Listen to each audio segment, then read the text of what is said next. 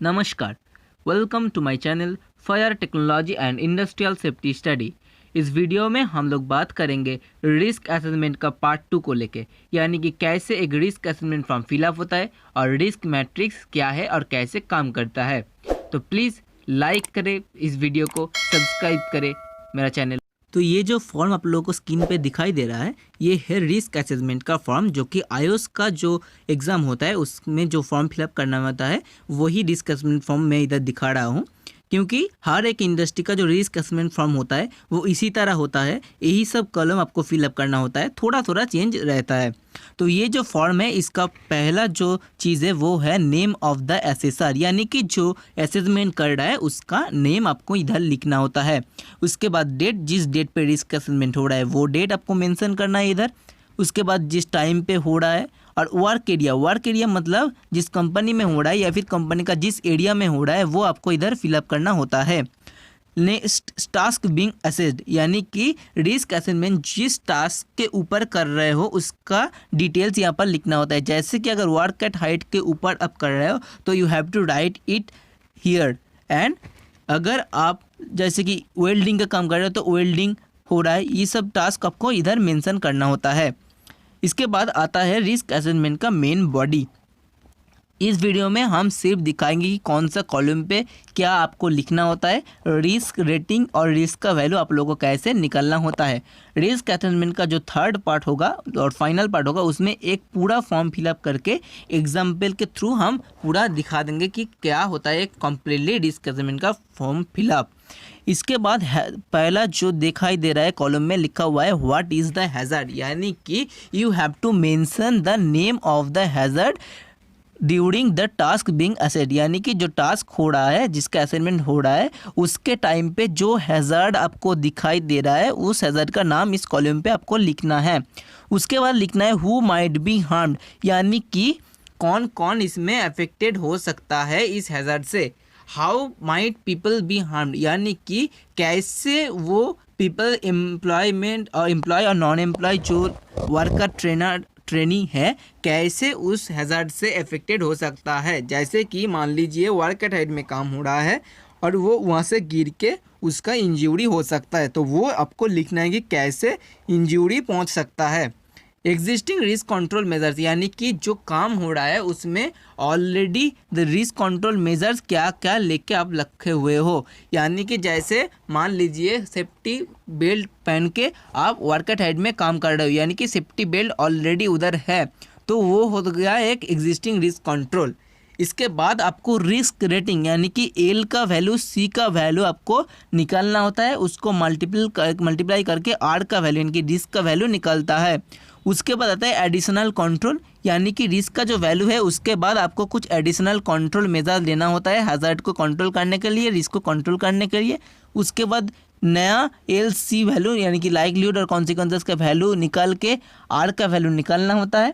उसके बाद जो कॉलम में लिखा हुआ है कि एक्शन मॉनिटर्ड बाय हुम, यानी कि कौन इस रिस्क असेसमेंट को फिलअप किया है, और एक्शन मॉनिटर्ड बाय व्हेन, यानी कि ये जो रिस्क का वैल्यू था उस रिस्क का वैल्यू देख के आपको यहाँ पर लिखना होता है कि क्या क्या एक्शन लेना होगा, कैसे लेना होगा और कब लेना होगा।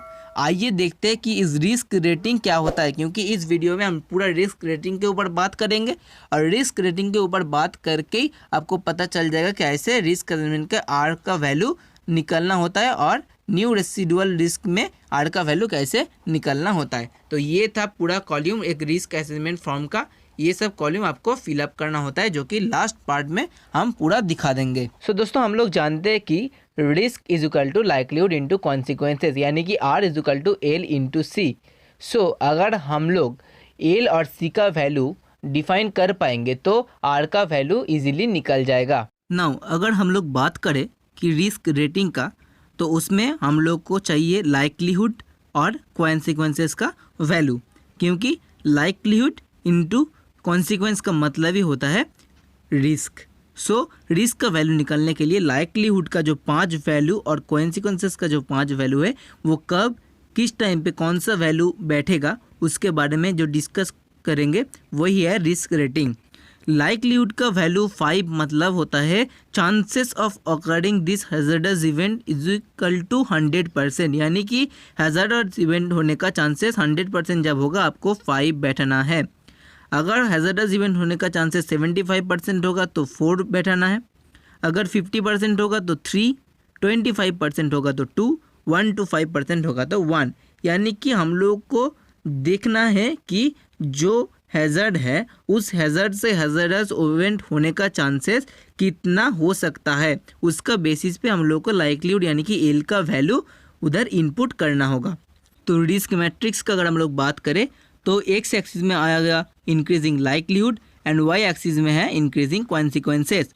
इधर इंक्रीजिंग लाइक्लीहुड में लाइक्लीहुड का 5 वैल्यू दिया हुआ है, जैसे कि 1, 2, 3, 4, 5। इधर कॉन्सिक्वेंसेस में सेम 1, 2, 3, 4, 5 करके है, उसको मल्टीप्लाई करके यानी कि लाइक्लीहुड के साथ कॉन्सिक्वेंसेस मल्टीप्लाई करके इधर बहुत सारा रिस्क का वैल्यू दिया हुआ है, जैसे कि 1, जैसे कि 2, इधर 16, 25, ऐसे करके पूरा रिस्क का वैल्यू इधर दिया हुआ है।